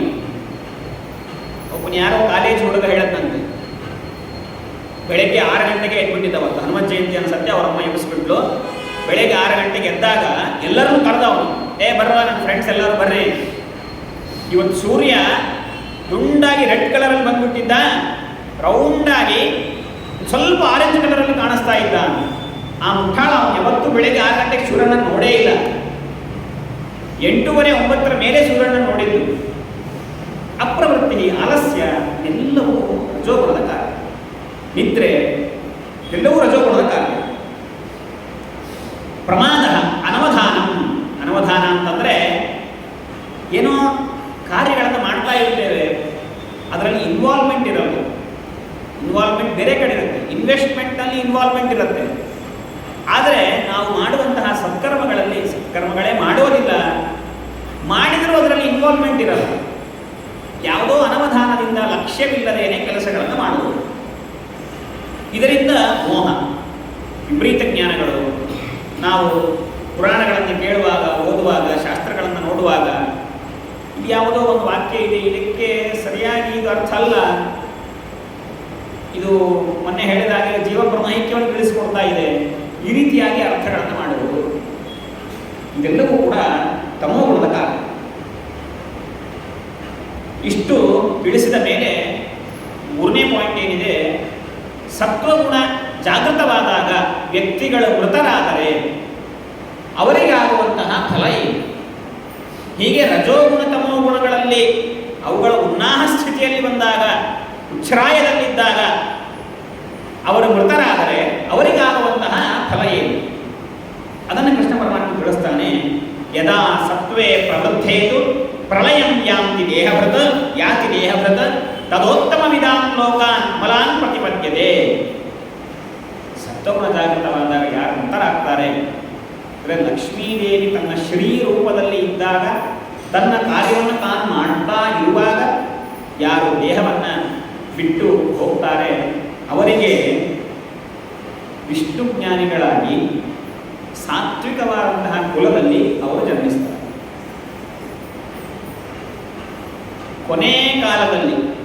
ಕೊನೆ ಕಾಲದಲ್ಲಿ ಶ್ರೀ ಲಕ್ಷ್ಮೀದೇವಿ ತನ್ನ ಕಾರ್ಯವನ್ನು ತಾನು ಮಾಡಬೇಕು ಅಂದರೆ, ಸತ್ವಗುಣವನ್ನು ಜಾಗೃತವಾಗಿ ಇರಿಸಬೇಕು ಅಂತಂದರೆ ನಾವು ಆಗ ಮಾತ್ರ ನಾವು ಧ್ಯಾನವನ್ನು ಮಾಡ್ತೇವೆ, ಪರಮಾತ್ಮನ ನಾಮಸ್ಮರಣೆಯನ್ನು ಮಾಡ್ತೇವೆ ಅಂತನ್ನೋದು ಅತ್ಯಂತ ದುರ್ಲಭ, ಕಠಿಣ, ಸಾಹಸದ ಕೆಲಸ. ಅಂತಕಾಲೇ ವಿಶೇಷತಃ, ಅಂತಕಾಲದಲ್ಲಿ ವಿಶೇಷವಾಗಿ ನಾಮಸ್ಮರಣೆ ಆಗಬೇಕು ಅಂತಂದರೆ ನಾವು ಈಗಿಂದೇ ಸ್ಮರಣೆ ಮಾಡ್ತಾ ಇರಬೇಕು. ಅಡವಿ ವಿಷ್ಣುತೀರ್ಥರು ಅವರು ಪ್ರಾರ್ಥನೆ ಮಾಡ್ತಾರೆ, ಶ್ರೀಕೃಷ್ಣ ಮನ್ಮರಣ ಕಾಲ ಉಪಾಗತೇತು ತ್ವನ್ನಾಮ ಮದ್ವಚನ ಗೋಚರತಾಮುಪೈತು. ನನ್ನ ಕೊನೆ ಕಾಲ ಸಮೀಪಿಸಿದಾಗ ಕೃಷ್ಣ ನಿನ್ನ ನಾಮಸ್ಮರಣೆ ಆಗಬೇಕು, ಅದಕ್ಕಾಗಿ ನಿಂದೇ ಜವಾಬ್ದಾರಿ, ನಿನ್ನ ಮೇಲೆ ಬಿಟ್ಟಿದ್ದೇನೆ, ಯಾವಾಗಲೂ ನಿನ್ನ ಸ್ಮರಣೆ ಮಾಡಿಸು. ನಾರಾಯಣೋ ನಾಮ ನರೋ ನರಾಣ ಪ್ರಸಿದ್ಧ ಚೋರ ಕಥಿತ ಪೃಥಿವ್ಯ. ಒಬ್ಬ ಚೋರ ಅವನು, ಕೃಷ್ಣ ಕಳ್ಳ, ಬರೀ ಬೆಣ್ಣೆ ಕಳ್ಳ ಅಲ್ಲ, ಅವನು ನಮ್ಮ ಪಾಪಗಳನ್ನು ಕಳ್ಳತನ ಮಾಡ್ತಾನೆ. ಅಂತಹ ಕೃಷ್ಣ ನಮ್ಮ ಪಾಪಗಳನ್ನು ಕಳೆದು ಕೊನೆ ಕಾಲದಲ್ಲಿ ನಾಮಸ್ಮರಣೆ ಮಾಡಿಸುವಂತೆ ಮಾಡಿದರೆ ಆಗ ಮುಂದಿನ ಜನ್ಮದಲ್ಲಿ ಉತ್ತಮ ಕುಲದಲ್ಲಿ ಅವನು ಜನ್ಮವನ್ನು ತಾಳಿ ಅಲ್ಲೂ ಸತ್ಕರ್ಮಗಳನ್ನು ಮಾಡ್ತಾ ಹೋಗ್ತಾನೆ. ಇದು ಸತ್ವಗುಣ. ಇನ್ನು ರಜೋಗುಣದ ಉನ್ನಾಹವಾದಾಗ ಅವರೇನು ಮಾಡ್ತಾರೆ? ಸತ್ತ ಮೇಲೆ ರಜಸಿ ಪ್ರಳಯಂಗತ್ವ ಕರ್ಮ ಸಂಗಿಷು ಜಾಯತೆ. ಯಾರು ಸಕಾಮ ಕರ್ಮವನ್ನು ಮಾಡ್ತಾರೆ, ಕಾಮ್ಯ ಕರ್ಮಗಳನ್ನು ಮಾಡ್ತಾ ಇರ್ತಾರೆ, ಅಂಥವರ ಕುಲದಲ್ಲೇ ಹೋಗ್ತಾನೆ. ರಜೋಗುಣದ ಉನ್ನಾಹವಾದಾಗ ಮರಣಿಸಿದ ವ್ಯಕ್ತಿ ಮತ್ತಲ್ಲೂ ಕೂಡ ಸಕಾಮ ಕರ್ಮಗಳನ್ನೇ ಮಾಡ್ತಾ ಇರ್ತಾನೆ. ಅದಾದ ಮೇಲೆ ತಥಾ ಪ್ರಲೀನ ಸ್ತಮಸಿ, ತಮೋಗುಣ ಉನ್ನಾಹವಾದಾಗ ಯಾರು ಮೃತರಾಗ್ತಾರೆ ಅವರಿಗೆ ಮತ್ತದರಂಥದ್ದೇ ಫಲ. ಮೂಢ ಯೋನಿಷು ಜಾಯತೆ. ಮೊನ್ನೆ ಕೇಳಿದ್ವಲ್ಲ ಮಹಾತ್ಮದಲ್ಲಿ, ನೀಚ ಯೋನಿಗಳು, ಮೊಲ, ಹಾವು, ನಾಯಿ, ಆ ಯೋನಿಗಳು ಬಂದೊದಗಿದ್ವು. ತಮೋಗುಣದ ಫಲ. ತಮೋಗುಣದಿಂದ ನೀಚ ಯೋನಿಗಳಲ್ಲಿ ಅವರು ಹುಡ್ತಾರೆ. ಈ ರೀತಿಯಾಗಿ ಕೃಷ್ಣ ಪರಮಾತ್ಮ ಆ 3 ಗುಣಗಳು ಉನ್ನಾಹವಾದಾಗ ಮರಣ ಹೊಂದಿದವರ ಫಲವನ್ನು ತಿಳಿಸಿ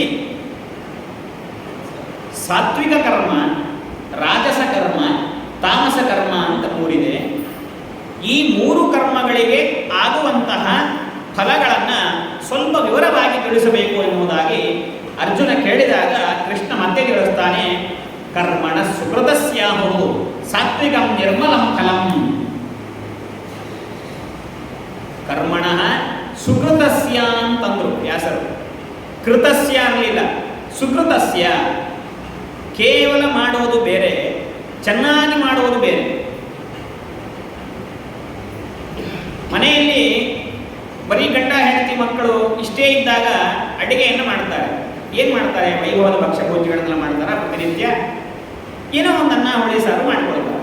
ಅತಿಥಿಗಳ್ಯಾರಾದರೂ ಬಂದಾಗ ಸುಕೃತಸ್ಯ, ಚೆನ್ನಾಗಿ ಮಾಡ್ತಾರೆ. ಮಾಡೋ ಪ್ರಯತ್ನವನ್ನಂತೂ ಮಾಡ್ತಾರೆ, ಚೆನ್ನಾಗೇ ಆಗತ್ತೆ. ಹೀಗೆ ಚೆನ್ನಾಗಿ ಮಾಡಿರುವಂತಹ ಸತ್ಕರ್ಮದಿಂದ ನಿರ್ಮಲವಾದಂತಹ ಫಲ ಸಿಗತ್ತೆ. ಅದಕ್ಕೆ ಅರ್ಥ ಬರೀತಾರೆ, ದುಃಖದ ಸ್ಪರ್ಶವೇ ಇಲ್ಲ, ದುಃಖದ ಗಂಧವೇ ಇಲ್ಲ, ಅಂತಹ ಫಲ ಸತ್ವಗುಣದಿಂದ ಆಗಲ್ಲ. ರಜೋಗುಣದಿಂದ ಆಗುವಾಗ ನಾ ಹಿಂದೆ ಹೇಳಿದ ಹಾಗೆ ರಜಸಸ್ತು ಫಲಂ ದುಃಖಂ ಅಂತ ತಾನು ಕೃಷ್ಣ ಪರಮಾತ್ಮ. ಇದು ಹೇಗೆ ಸಾಧ್ಯ? ತಮಸ್ಸಿಗೆ ತಾನೇ, ತಮೋ ಗುಣಕ್ಕೆ ದುಃಖ ಇದು ಫಲ. ರಜೋಗುಣಕ್ಕೆ ಏನಾಗಬೇಕು? ದುಃಖ ಮಿಶ್ರಿತವಾದಂತಹ ಸುಖ, ಇದು ಫಲ ಆಗಬೇಕು. ಅದನ್ನು ತಿಳಿಸ್ತಾರೆ ರಾಯರು. ದುಃಖಂ ಅಂತಂದ್ರೆ ದುಃಖ ಮಿಶ್ರಂ ಸುಖಂ. ದುಃಖ ಮಿಶ್ರಿತವಾದಂತಹ ಸುಖವನ್ನ ನಾರಾಯಣ ರಜೋಗುಣದಿಂದ ಉಂಟು ಮಾಡುತ್ತಾನೆ. ತಮೋ ಗುಣದಿಂದಂತೂ ಅಜ್ಞಾನ, ತಮಸಃ ಫಲಂ. ಹೀಗೆ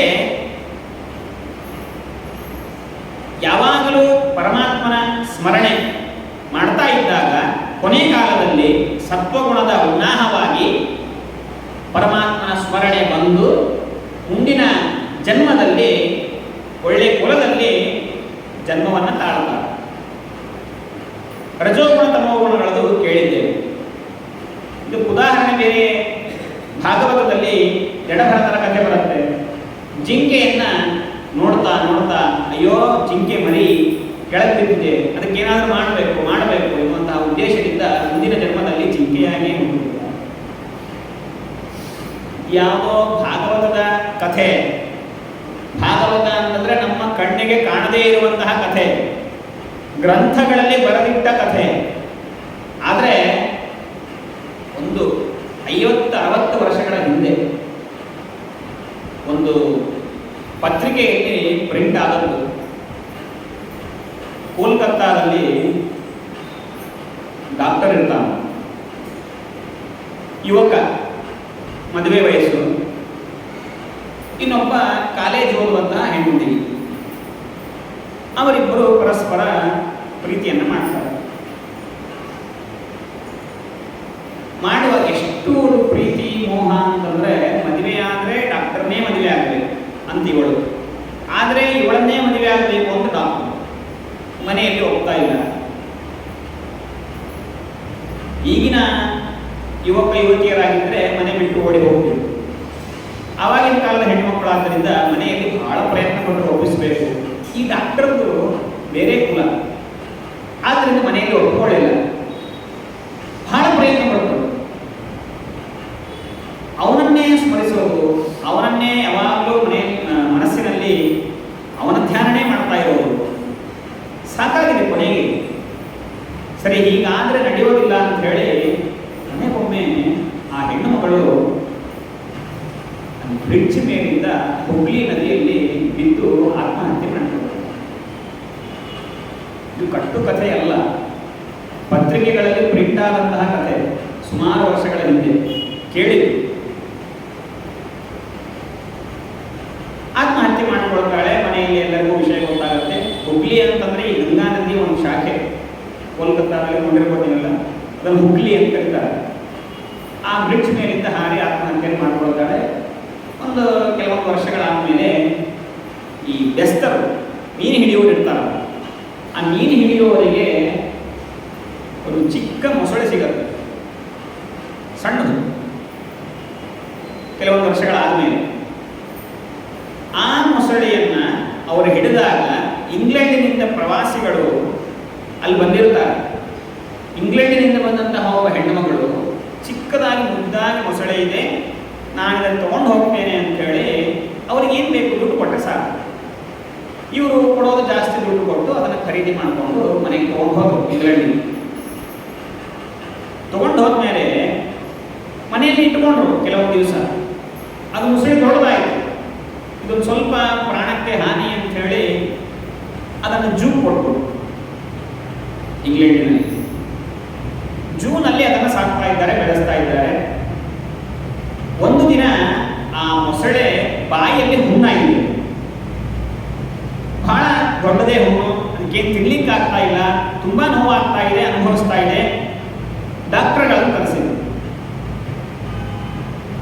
ಆ ಪಶುವೈದ್ಯರು ಅಂತಿರ್ತಾರಲ್ಲ, ಆ ಡಾಕ್ಟರ್ಗಳನ್ನು ಕರೆಸಿ ಅದಕ್ಕೇನಾದರೂ ಒಂದು ಇಂಜೆಕ್ಷನ್ ಕೊಟ್ಟು ಆಮೇಲೆ ಚಿಕಿತ್ಸೆಯನ್ನು ಮಾಡಬೇಕು. ಅನಸ್ತೇಷಿಯಾ ಅಂತಾರಲ್ಲ, ಆ ತರಹ ಒಂದೇನಾದರೂ ಕೊಟ್ಟು ಅದಕ್ಕೆ ಚಿಕಿತ್ಸೆಯನ್ನು ಮಾಡಬೇಕು. ಏನು ಮದ್ದು ಕೊಡಲಿಕ್ಕೆ ಆಗ್ತಾ ಇಲ್ಲ, ಎಲ್ಲೆಲ್ಲೂ ಅದು ಸಿಗ್ತಾನೇ ಇಲ್ಲ, ತಪ್ಪಿಸ್ಕೊಂಡು ಹೋಗ್ತಾ ಇದೆ, ಡಾಕ್ಟರ್ ಕೈಗೆ ಸಿಗ್ತಾನೇ ಇಲ್ಲ. ಇದೆಲ್ಲ ನಡೆಯುವಾಗ ಅಕ್ಷರಶಃ ಭಾರತದಲ್ಲಿ ಇರುವಂತಹ, ಕೋಲ್ಕತ್ತಾದಲ್ಲಿ ಇರುವಂತಹ ಆ ಡಾಕ್ಟರ್ಗೆ ಕನಸು. ಏನು ಕನಸು? ಇಂಗ್ಲೆಂಡ್ನಲ್ಲಿ ನಿನ್ನ ಸಲುವಾಗಿ ಒಂದು ಜೀವ ಕಾಯ್ತಾ ಇದೆ, ನೀನು ತಕ್ಷಣ ಹೊರಡು. ಆಶ್ಚರ್ಯ ಅವನಿಗೆ. ಮತ್ತೆ ಮಲ್ಕೊಂಡಿದ್ದಾನೆ.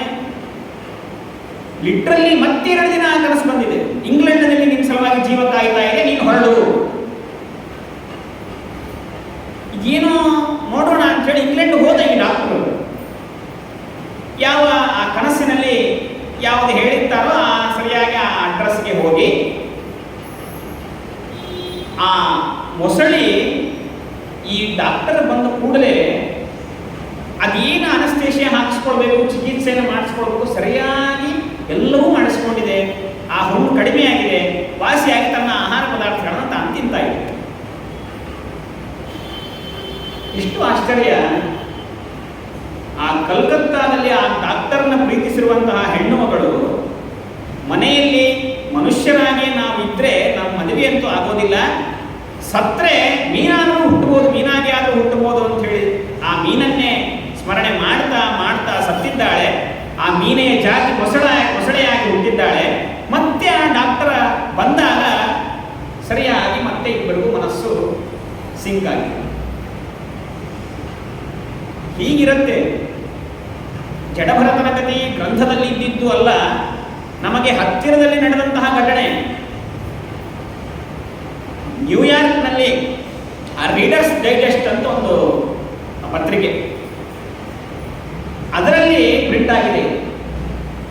ನ್ಯೂಯಾರ್ಕಿಂದ ಪ್ರಿಂಟ್ ಆಗುವಂತಹ ಇದು. ಈ ತರಹ ಸ್ಮರಣೆ ಮಾಡ್ತಾ ಮಾಡ್ತಾ ಕೊನೆಯ ಕಾಲದಲ್ಲಿ ಅದೇ ಆಗ್ಬಿಡ್ತೇವೆ. ಆದ್ದರಿಂದ ಶ್ರೀಕೃಷ್ಣ ಮನ್ಮರಣ ಕಾಲ ಉಪಾಗತೇತು ತ್ವನ್ನಾಮ ಮದ್ವಚನ ಗೋಚರತಾಮುಪೈತು. ಯಾವುದನ್ನು ಸ್ಮರಣೆ ಮಾಡೋಕ್ಕಿಂತ ಕೃಷ್ಣ ಪರಮಾತ್ಮ ನಾಮ ಸ್ಮರಣೆ ಮಾಡಬೇಕು. ಮುಂದಿನ ಜನ್ಮದಲ್ಲಿ ಒಳ್ಳೆಯ ಕುಲದಲ್ಲಿ ಹುಟ್ಟಲಿಕ್ಕೆ ಅವಕಾಶಗಳಿದೆ. ಸತ್ವಾತ್ ಸಂಜಾಯತೆ ಜ್ಞಾನಂ, ಸತ್ವಾತ್ ಸಂಜಾಯತೆ ಜ್ಞಾನಂ. ಸತ್ವಗುಣದಿಂದ ಜ್ಞಾನ ಹುಟ್ಟತ್ತೆ. ಬರೀ ಹುಟ್ಟತ್ತೆ ಅಲ್ಲ, ಸತ್ವಾತ್ ಜಾಯತೆ ಅನ್ನಲಿಲ್ಲ, ಸತ್ವಾತ್ ಸಂಜಾಯತೆ. ಸಂ ಅಂದರೆ ಸಮೀಚೀನ ಅಂತ ಅರ್ಥ. ಒಳ್ಳೆಯ ಜ್ಞಾನ, ಶುದ್ಧವಾದ ಜ್ಞಾನ ಹುಟ್ಟತ್ತೆ. ಪುರಾಣಗಳನ್ನು ಓದಿದಾಗ, ಶಾಸ್ತ್ರಗಳನ್ನು ಓದಿದಾಗ, ವೇದಗಳನ್ನು ಓದಿದಾಗ ಯಾಕೋ ರುದ್ರದೇವರೇ ಸರ್ವೋತ್ತಮ ಅಥವಾ ಸುಬ್ರಹ್ಮಣ್ಯನೇ ಸರ್ವೋತ್ತಮ, ದುರ್ಗೆಯೇ ಸರ್ವೋತ್ತಮ, ಸ್ಕಂದನೇ ಸರ್ವೋತ್ತಮ ಎನ್ನುವ ಥರ ತೋರ್ತಾ ಇದೆ ಅಲ್ಲ? ಇಲ್ಲ, ತೋರ್ತಾ ಇಲ್ಲ. ನನಗೆ ಗೊಂದಲಗಳಿಲ್ಲ. ನಾನು ಸರಿಯಾಗಿ ಇದನ್ನು ಅರ್ಥ ಮಾಡಿಕೊಳ್ತೇನೆ. ಇಲ್ಲಿರುವಂತಹ ಶಿವ ಎನ್ನುವಂತಹ ಪದಕ್ಕೆ ಸಾಕ್ಷಾತ್ ಪರಮಾತ್ಮ ಎನ್ನುವುದಾಗಿ ಅರ್ಥ, ಪರಮ ಮುಖ್ಯ ವೃತ್ತಿಯ ಪರಮಾತ್ಮ ಎನ್ನುವುದಾಗಿ ಅರ್ಥ ಅಂತ ನಾನು ತಿಳ್ಕೊಳ್ತೇನೆ. ಇದು ಯಾವುದರ ಫಲ? ಸತ್ವಗುಣದ ಫಲ. ಇಡೀ ವೇದ ಶಬ್ದ ರಾಶಿ ಅಂತೇನಿದೆ, ಪ್ರತಿ ಒಂದು ಶಬ್ದವೂ ಕೂಡ ಪರಮಾತ್ಮನ ನಾಮಗಳೇ ಎನ್ನುವಂಥ ಅನುಸಂಧಾನವನ್ನು ನಾನು ಮಾಡುತ್ತೇನೆ. ಯಾವಾಗ ಸಾಧ್ಯ? ಸತ್ವಗುಣದ ಉನ್ನಾಹವಾದಾಗ ಸಾಧ್ಯ. ಐತರೇಯ ಉಪನಿಷತ್ತು ತಿಳಿಸ್ತಾರೆ, ಯದ್ವಾಚ ಓಮಿತಿ ಯಚ್ಚ ನೇತಿ ಯಚ್ಚಾಸ್ಯ ಕ್ರೂರಂ ಇದು ಚೋಲ್ಪಣಿಷ್ಣು ತದ್ಯೂಯಂ ಕವಯೋ ಅನ್ವವಿಂದತ ನಾಮಾಯತ್ತ ಸಮತೃಪ್ಯಂಶುತೇಹಿ. ನಮ್ಮ ದಿನನಿತ್ಯದ ವ್ಯವಹಾರ. I ask the question, say yes or no. Yes, ಹೌದು, ನೋ, ಇಲ್ಲ. ಈ ದಿನನಿತ್ಯದ ಹೌದು ಇಲ್ಲ ಅನ್ನುವ ಶಬ್ದಗಳಿದೆ ನೋಡಿ. ಓಂ, ಹೌದು, ಈ ಶಬ್ದಗಳು ಕೂಡ ಪರಮಾತ್ಮನನ್ನೇ ತಿಳಿಸಿಕೊಡ್ತದೆ. ನಾನು ಹೇಳುವ ಮಾತಲ್ಲ, ಐತರೇಯ ಉಪನಿಷತ್ತು ಹೇಳುವಂತಹ ಮಾತು. ಯದ್ವಾಚ ಓಮಿತಿ, ಹೌದು. ಯಚ್ಚ ನೇತಿ, ಇಲ್ಲ. ಯಚ್ಚಾಸ್ಯ ಕ್ರೂರಂ, ನಾವು ಮಾತನಾಡುವಾಗ ಬೈಗುಳ ಇರುತ್ತೆ, ಯಾರನ್ನಾದರೂ ಬೈಯುವಂತಹ ಶಬ್ದಗಳಿರುತ್ತೆ. ಬರೀ ಶಬ್ದತಃ ಅದು ಕಠಿಣ ಅಂತ ಅನಿಸಬಹುದು, ಅಂತಹ ಶಬ್ದಗಳಾಗಿರಬಹುದು. ಅಥವಾ ಅರ್ಥತಃನೇ ಅವು ಸ್ವಲ್ಪ ಮನಸ್ಸಿಗೆ ಬೇಜಾರು ಮಾಡುವಂತಹ ಶಬ್ದಗಳಿರಬಹುದು. ಒಟ್ಟಾರೆ ಯಾವುದೇ ಶಬ್ದಗಳಿರಬಹುದು. ಅಲ್ಲಿ ವ್ಯಾಖ್ಯಾನ ಮಾಡುವಾಗ ಹೇಳ್ತಾರೆ, ಇದ ಉಪಲಕ್ಷಣ.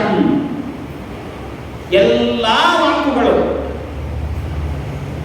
ಜ್ಞಾನಿಗಳಾದವರು ಪ್ರತಿಯೊಂದು ಶಬ್ದಕ್ಕೂ ಪ್ರತಿಯೊಂದು ವರ್ಣಕ್ಕೂ ಪರಮಾತ್ಮನ ಪ್ರವೃತ್ತಿ, ಆ ಶಬ್ದಗಳಿಗೆ ಪ್ರವೃತ್ತಿ ನಿಮಿತ್ತ ಏನು ಎನ್ನುವುದಾಗಿ ತಿಳಿದು ತಿಳಿದು ಸಂತೃಪ್ತರಾಗಿಬಿಟ್ಟಿದ್ದಾರೆ.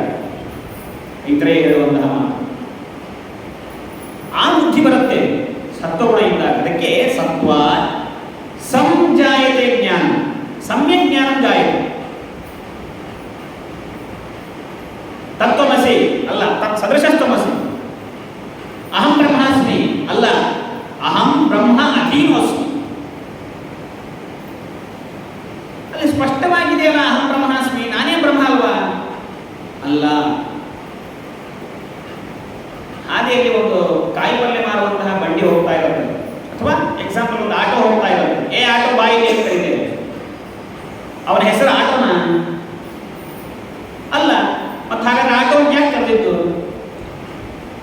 ಆಟೋ ಅವನ ಅಧೀನವಾಗಿದೆ, ಅದಕ್ಕೆ ಅವನಿಗೆ ಆಟೋ ಅಂತ ಕರೆದರು. ಶಾಸ್ತ್ರದಲ್ಲೂ ಹಾಗೆ, ನಾನು ಅವನ ಅಧೀನನಾಗಿದ್ದೇನೆ, ಅದಕ್ಕೆ ನನಗೆ ಅವನ ಹೆಸರಿನಿಂದ ಕರೆದರು. ಯದಧೀನ ಯಸ್ಯ ಸತ್ತ ತದಿತ್ಯೇವ ಗಣ್ಯತೆ. ಸಿಂಪಲ್. ಈ ರೀತಿಯಾಗಿ ಅಲ್ಲಿ ಸ್ವಲ್ಪ ಮೋಹಕವಾದಂತಹ ಮಾತುಗಳಿದ್ದರೂ ನಮಗೆ ಸತ್ವಗುಣ ಜಾಗೃತವಾಗಿದ್ದಾಗ ನಾವು ಅದನ್ನು ಸರಿಯಾಗಿ ಅರ್ಥ ಮಾಡಿಕೊಳ್ಳುತ್ತೇವೆ. ರಜಸೋ ಲೋಭ ಏವಚ. ಲೋಭ ಹಿಂದೆ ಹೇಳಿದ ಹಾಗೆ ಸ್ವರ್ಗಾದಿ ವಿಷಯಗಳಲ್ಲಿ ಆಸಕ್ತಿ. ಸ್ವರ್ಗವನ್ನು ಬೇಕು ಅಂತ ಬಯಸ್ತಾರೆ, ಮೋಕ್ಷವನ್ನು ಬೇಕು ಅಂತ ಬಯಸಲ್ಲ.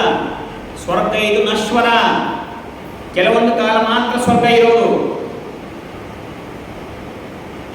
ಇದರಲ್ಲಿ ಬರುತ್ತೆ ಕಠೋಪನಿಷತ್ತಿನಲ್ಲಿ ಯಮದೇವರು ನಚಿಕೇತನಿಗೆ ಕೇಳ್ತಾರೆ, ಏನು ಬರಬೇಕು ಕೇಳಿ, ಶತಾಯುಷ ಪುತ್ರಪುತ್ರ ಗೃಣೀಶ್ವ ಬಹೂನ್ ಪಶೂನ್ ಹಸ್ತಿ ಹಿರಣ್ಯಂ ಅಶ್ವಾನ್. ಯಾವ ಬೇಕು? 106 ಮಕ್ಕಳನ್ನು ಕೊಡ್ತೇನೆ, ಪಶುಗಳನ್ನು ಕೊಡ್ತೇನೆ, ಆನೆಗಳನ್ನು ಕೊಡ್ತೇನೆ, ಕುದುರೆಗಳನ್ನು ಕೊಡ್ತೇನೆ. ಭೂಮಿಯರ್ ಮಹದ್ ಆಯತನ ಗೃಣೀಶ್ವ. ಯಾವ್ದು ಬೇಕೋ ಕೇಳು ಯಮದೇವರಂತಾರೆ. ಗೃಣೀಶ್ವ ವಿತ್ತಂ, ದುಡ್ಡು ಬೇಕಾ? ಎಷ್ಟು ಬೇಕು ಹೇಳಿದೀನಿ ದುಡ್ಡು. ಅದಕ್ಕೆ ನಚಿಕೇತ ಏನು ಕೇಳ್ತಾನೆ ಗೊತ್ತೇನು? ಯಮದೇವರೇ, ನಿಮ್ಮ ದರ್ಶನ ಆದರೆ ಸಾಕು, ನನಗೆಲ್ಲ ಪ್ರಾಪ್ತವಾಗಿಬಿಡುತ್ತೆ. ದುಡ್ಡು, ಮಕ್ಕಳು, ಮೊಮ್ಮಕ್ಕಳು, ಹಣ, ಮೇಲೆ ಅಶ್ವ, ಹಸ್ತಿ, ಆನೆಗಳು ಎಲ್ಲವೂ ಸಿಗತ್ತೆ. ಎಷ್ಟು ಕೊಡ್ತೀರಾ ದುಡ್ಡು ನೀವು? ನವಿತ್ಯೇನ ತರ್ಪಣೀಯೋ ಮನುಷ್ಯ. ಹಣ ಕೊಟ್ಟರೆ ಮನುಷ್ಯರನ್ನ ತೃಪ್ತಿಪಡಿಸ್ಲಿಕ್ಕೆ ಸಾಧ್ಯ ಇಲ್ಲ ಅಂತಂದ ನಚಿಕೇತ. ಎಷ್ಟು ಕೊಡ್ತೀಯ ನೀನು? 10 ಲಕ್ಷ ಕೊಡ್ತೀನಿ. ಇನ್ನೊಂದು 0 ಹಾಕಿ ಕೊಡ್ತೇನೆ ನಾನು. 10 ಕೋಟಿ ಕೊಡ್ತೇನೆ. ಮುಂದೆ ಇನ್ನೊಂದು 0, ಇನ್ನೂ ಜಾಸ್ತಿ ಕೊಡ್ತೇನೆ. ಮತ್ತಿನ್ನೊಂದು 0. ಒಂದರ ಹಿಂದೆ 0 ಅಲ್ಲ, ಒಂದರ ಮುಂದೆ 0. ಎಷ್ಟು ಜೀರೋ ಆ್ಯಡ್ ಮಾಡ್ತೀನಿ, ಎಷ್ಟು ಜೀರೋ ಹಾಕ್ತೀವಿ ಅದರ ಮೇಲೆ ಮತ್ತೆ ಇನ್ನೊಂದು 0 ಅಂತ ಹೇಳ್ತೇನೆ. ಕೊಡ್ತೀಯಾ? ನ ವಿತ್ತೇನ ದರ್ಪಣೆಯೋ ಮನುಷ್ಯ. ಒಂದೇ ಒಂದು ನಾನು ಕೇಳೋದಿಷ್ಟೇ, ಪರಮಾತ್ಮನ ಸ್ವರೂಪ ಜ್ಞಾನ ನನಗೆ ಮಾಡಿಸಿಕೊಡು ಸಾಕು. ನಚಿಕೇತ ಕೇಳುವಂತಹ ವರ. ವರಸ್ತುಮೇ ವರಣೀಯ ಸಯೇವ, ಆ ವರ ನನಗೆ ಕೊಡು ಸಾಕು. ಈ ತರಹದ ವಿತ್ತದ ಆಶೆ ಇದು ರಜೋಗುಣದಿಂದ ಉಂಟಾಗ್ತದೆ. ಪ್ರಮಾದ ಮೋಹೋ ತಮಸಃ ಭವತೋ ಅಜ್ಞಾನಮೇವ ಚ. ಪ್ರಮಾದ ಹಾಗೂ ಮೋಹ ಇವೆಲ್ಲವೂ ಕೂಡ ಅಜ್ಞಾನದ ಕಾರ್ಯಗಳು ಎನ್ನುವುದಾಗಿ ಅವಾಂತರ ಫಲವನ್ನು ತಿಳಿಸಿ, ಹಾಗಾದರೆ ಪ್ರಧಾನ ಫಲ ಏನು ಅನ್ನುವುದನ್ನು ಪರಮಾತ್ಮ ತಿಳಿಸ್ತಾನೆ. ಊರ್ಧ್ವಂ ಗಚ್ಚಂತಿ ಸತ್ವಸ್ಥಾಃ, ಮಧ್ಯೆ ತಿಷ್ಠಂತಿ ರಾಜಸಾಃ, ಜಘನ್ಯ ಗುಣವೃತ್ತಿಸ್ಥಾಃ, ಅಧೋ ಗಚ್ಚಂತಿ ತಾಮಸಃ. ಒಂದು ಮನೆ ಇದೆ, ಒಂದು ಮನೆ ಈಗಿನ ಕಾಲದ ಮನೆಯಲ್ಲ. ಈಗಿನ ಕಾಲದ ಮನೆ ಅಂತಂದರೆ ground floor, first floor, second floor ಈ ತರಹ ಕಟ್ಕೊಳ್ತೇವೆ. ಹಳೆಯ ಮನೆಗಳಲ್ಲಿ ನೆಲಮಾಳಿಗೆ ಅಂತಿರುತ್ತೆ, ಅಂಡರ್ ಗ್ರೌಂಡ್. ಅದು ಗೊತ್ತೇ ಆಗೋದಿಲ್ಲ ಯಾರಿಗೂ. ನೆಲಮಾಳಿಗೆ, ಆಮೇಲೆ ಮೇಲಿರುವಂತಹ ಮನೆ, ಉಪ್ಪರಿಗೆ ಅದರ ಮೇಲಿನ ಮನೆ. ಈ ತರಹವನ್ನು ನಾವು ಕಲ್ಪನೆ ಮಾಡಿಕೊಂಡಾಗ ಸತ್ವಗುಣ ಪ್ರಚುರರಾದಂತಹ ವ್ಯಕ್ತಿಗಳು ಊರ್ಧ್ವಂ ಗಚ್ಚಂತಿ, ಮೇಲ್ಮನೆಗೆ ಹೋಗ್ತಾರೆ. ಮೇಲ್ಮನೆ ಅಂತಂದ್ರೆ ಯಾವುದು? ಜನ ಆದಿಲೋಕಗಳಿಗೆ ಹೋಗ್ತಾರೆ. ಮಧ್ಯೆ ತಿಷ್ಠಂತಿ ರಾಜಸಾಹ, ಕಾಮ್ಯಕರ್ಮಗಳನ್ನು ಮಾಡಿ ರಜೋಗುಣದ ಅಭಿವೃದ್ಧಿಯನ್ನು ಯಾರು ಪಡೆದುಕೊಂಡಿರ್ತಾರೆ ಅವರು ಮಧ್ಯೆ ತಿಷ್ಠಂತಿ. ಮಧ್ಯೆ ಅಂತಂದರೆ ಭೂಮಿಯಲ್ಲೆಲ್ಲ ಸ್ವರ್ಗ ಹಾಗೂ ಭೂಮಿ, ಸ್ವರ್ಗಕ್ಕೂ ಹೋಗ್ತಿರ್ತಾರೆ, ಸ್ವರ್ಗ ಹಾಗೂ ಭೂಲೋಕಗಳಲ್ಲೇ ವಾಸ ಮಾಡ್ತಾರೆ. ತಾಮಸರಂತೂ ಗೊತ್ತೇ ಗೊತ್ತು, ಅಧೋ ಗಚ್ಚಂತಿ ತಾಮಸ. ತಮೋಗುಣವನ್ನು ಯಾರು ಪ್ರವೃದ್ಧವಾಗಿ ಬೆಳೆಸಿಕೊಂಡಿರ್ತಾರೆ ಅವರು ಅಧೋಲೋಕಗಳಿಗೆ ಹೋಗ್ತಾರೆ. ಈ ರೀತಿಯಾಗಿ ಗುಣಗಳ ವಿಭಾಗವನ್ನು ಕೃಷ್ಣ ತಿಳಿಸಿ ಕೊನೆಯದಾಗಿ ಒಂದು ಮಾತು ಹೇಳ್ತಾನೆ. ಅರ್ಜುನ ಕೇಳದ, ಅಲ್ಲಪ್ಪ ಈ ಮೂರು ಗುಣಗಳೇ ಜೀವರಾಶಿಗಳ ಆಟಗಳನ್ನು ನಡೆಸ್ತಾ ಇವೆ, ಈ ಮೂರು ಗುಣಗಳೇ ಸರ್ವೋತ್ತಮಗಳ, ಹಾಗಾದ್ರೆ ಇದೇ ಪ್ರಧಾನವ? ಇದರ ಮೇಲೆ ಯಾವುದು ಇಲ್ವ? ಹಾಗಾದ್ರೆ ನಿಮ್ದು ಯಾವುದು ಕೆಲಸನೇ ಹೇಳ್ತಾ ಇಲ್ಲವ? ನೀನು ಜಗತ್ ಸೃಷ್ಟಿಯಾದಿ ಕರ್ತ, ನೀನು ಎಲ್ಲ ಗುಣಗಳು ಮಾಡ್ತವೆ ಅಂತ ಹೇಳ್ತಾ ಇದ್ದೀಯಾ. ಸರ್ವೋತ್ತಮ ಯಾವುದು ಹಾಗಾದ್ರೆ? ಅದನ್ನು ಕೇಳ್ದ ಅರ್ಜುನ.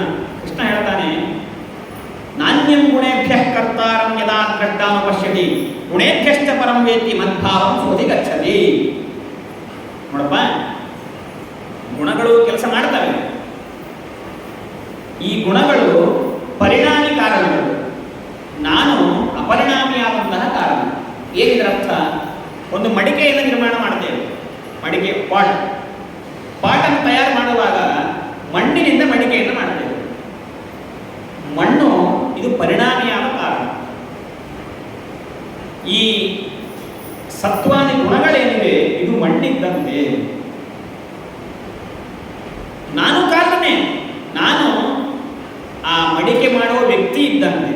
ನಾನು ಮಣ್ಣಿನಿಂದ ಮಡಿಕೆಯನ್ನು ಮಾಡುತ್ತೇನೆ. ಸರ್ವೋತ್ತಮನಾದಂತಹ ಪರಮಾತ್ಮ ಸತ್ವಾದಿ ಗುಣಗಳಿಂದ ಬಂಧನವನ್ನು ಮಾಡ್ತಾನೆ. ಆದ್ದರಿಂದ ಸರ್ವೋತ್ತಮ ಯಾರು? ಪರಮಾತ್ಮನೇ. ಇದನ್ನು ತಿಳಿದುಕೊಳ್ಳಬೇಕು. ಸಂಸಾರದಲ್ಲಿ ಸತ್ವಾದಿ ಗುಣಗಳೇ ನಮ್ಮನ್ನು ಬಂಧನಕ್ಕೆ ಒಳಗಾಗಿಸಿವೆ. ಸತ್ವಾದಿ ಗುಣಗಳೇ ಸರ್ವೋತ್ತಮ ಅಲ್ಲ. ಸತ್ವಾದಿ ಗುಣಗಳಿಂದ ಪರಮಾತ್ಮ ಬಂಧನವನ್ನು ಮಾಡಿದ್ದಾನೆ. ಸತ್ವಾದಿ ಗುಣಗಳು ಬೇರೆ, ಪರಮಾತ್ಮ ಬೇರೆ. ಸತ್ವಾದಿ ಗುಣಗಳಿಗಿಂತಲೂ ಪರಮಾತ್ಮ ಉತ್ತಮ.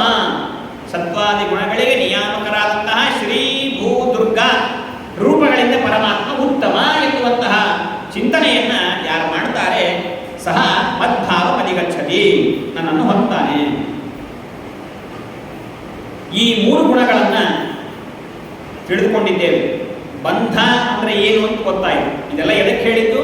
ಬಂಧವನ್ನು ದಾಟುವುದು ಹೇಗೆ, ಬಂಧವನ್ನು ಕಳಿಸಿಕೊಳ್ಳುವುದು ಹೇಗೆ ಎನ್ನುವುದನ್ನು ತಿಳಿಯಬೇಕು ಅಂತಂದರೆ ಬಂಧ ಹೇಗೆ ಅಂತ ಅನ್ನೋದನ್ನು ಗೊತ್ತಾಗಬೇಕು. ಅದನ್ನು ಇಲ್ಲಿವರೆಗೆ ಪರಮಾತ್ಮ ತಿಳಿಸಿದ. ಸರಿ, ಹಾಗಾದರೆ ಈ ಬಂಧದಿಂದ ಯಾರು ಹೊರಗೆ ಬರ್ತಾರೆ, ಗುಣಾನೇತಾನ್ ಅತೀತ್ಯ ತ್ರೀನ್ ದೇಹೇ ದೇಹ ಸಮುದ್ಭವಾನ್ ಜನ್ಮ ಮೃತ್ಯು ಜರಾ ದುಃಖೈ ವಿಮುಕ್ತೋ ಅಮೃತಮಶ್ನುತೆ. ಈ ಮೂರು ಗುಣಗಳೆನ್ನುವಂತಹ ಬಂಧನದಿಂದ ಯಾರು ದಾಟ್ತಾರೆ ಅವರು ಮತ್ತೊಮ್ಮೆ ಮರಳಿ ಜನ್ಮವನ್ನು ಸಂಹಾರವನ್ನು ನೋಡುವುದಿಲ್ಲ, ಮೋಕ್ಷವನ್ನೇ ಕೊನೆಯದಾಗಿ ಈ ಫಲವನ್ನು ಕೃಷ್ಣ ಪರಮಾತ್ಮ ಹೇಳ್ತಾನೆ. ಅದಾದ ಮೇಲೆ ಅರ್ಜುನನಿಗೆ ಮತ್ತೆ ಪ್ರಶ್ನೆ ಬಂತು, ಹಾಗಾದರೆ ಈ ಸತ್ವಾದಿ ಗುಣಗಳನ್ನು ಹೊಂದಿದಂತಹ ವ್ಯಕ್ತಿಗಳ ಲಕ್ಷಣಗಳೇನು, ಅವರ ಆಚರಣೆ ಹೇಗಿರುತ್ತೆ, ಅವುಗಳನ್ನು ದಾಟುವುದು ಹೇಗೆ? ಈ 3 ಪ್ರಶ್ನೆಗಳನ್ನು ಕೃಷ್ಣನ ಮುಂದೆ ಅರ್ಜುನ ಮಾಡಿದಾಗ ಅದಕ್ಕೆ ಪರಮಾತ್ಮ ಉತ್ತರವನ್ನು ಕೊಡ್ತಾನೆ. ಅದನ್ನು ನಾಳೆಯ ದಿವಸ ತಿಳಿಯೋಣ ಅಂತ ಹೇಳ್ತಾ, ಹರಯೇ ನಮಃ. ಶ್ರೀಕೃಷ್ಣಾರ್ಪಣಮಸ್ತು.